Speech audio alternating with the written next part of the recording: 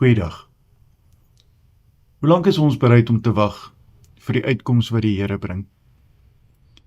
Ek wil vir ons lees uit Nehemia hoofstuk 1 vanaf vers 1 tot 4. En die woord van die Here klink so: Die geskiedenis van Nehemia, die seun van Haggalja.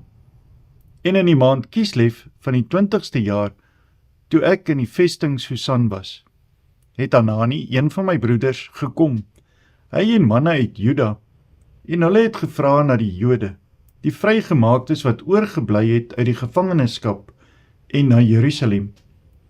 En hulle het vir my gesê, die oorgeblewenes wat vrygekom het uit die gevangenskap daar in die provinsie, verkeer in groot elende en in smaad. En die muur van Jerusalem lê stikkend, en sy poorte is met vuur verbrand.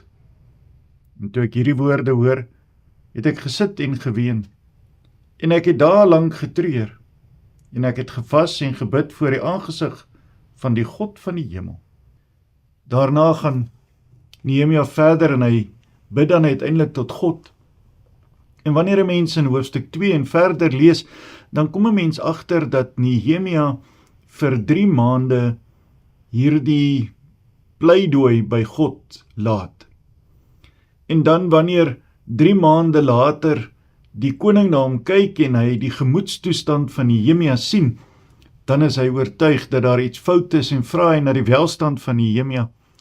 En word Nehemia uiteindelik as gouverneur aangestel en na Jerusalem gestuur, en nie meer noodwendig onder gesag van Esra gestaan het nie, en dan gaan werk hy daar. In ons eie lewens is dit ook waar. Dit gaan nie met ons elke dag net goed nie.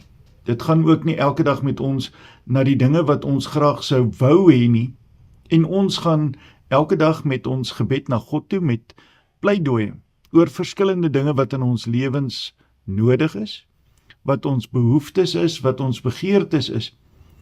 Maar dan raak ons ongeduldig, want God moet na my pype dans en hy moet dadelik uitkoms gee uit dit wat in my lewe op die stadium 'n probleem is.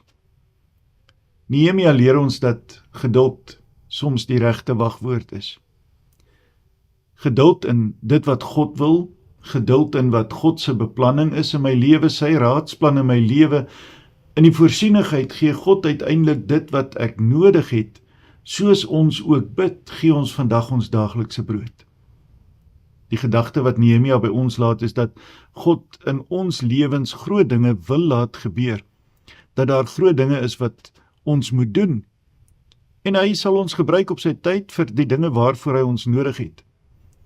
Maar dat ons, terwyl ons besig is om te wag op die uitkoms wat die Here bring, ons dagtaak moet verrig na die beste van ons vermoë. Nehemia, wat die skinker is van die koning, gaan doen sy werk. Hy doen dit goed. Hy sorg dat die koning veilig is wanneer hy daardie wyn dan nou drink, maar hy is ook op besondere wyse besig om net te doen wat hy moet doen. So moet dit in ons lewens ook wees. Ons moet doen wat ons moet doen. Ons moet dit goed doen. Nie omdat ons na ons base of die regering of enige ander se pype wil dans nie, maar omdat ons oortuig is dat dit wat ons doen ter wille van God, tot eer van God, en uiteindelik dat God sal gee wat ons nodig het. Ja, hy hoor en verhoor ons gebed, en daarom is ons daarin veilig. Kom ons bid saam. Almagtige Here, God van hemel en aarde, U leer ons om in teenspoed geduldig te wees en in voorspoed dankbaar.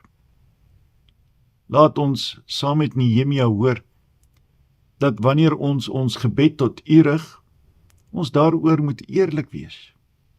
Eerlik oor ons eie skuld en ons eie sonde, maar ook die van die wat aan ons toevertrou is, ons families. En wanneer ons sonde bely het en die berou daaroor het, en ons na U toe gaan ook met ons behoeftes en ons begeertes, dan het ons die voorreg om te weet dat ons tot 'n lewende God bid, en dat U sal uitkoms gee waar nodig en soos nodig. Maar leer ons dan geduld in ons teenspoed, en lei ons die pad van geregtigheid. En mag ons, wanneer ons hierna luister, ook net 'n oomblik daaroor nadink. Laat u wil geskied, op u tyd en na u wil. Dit bid ons daarom in Jesus naam. Amen.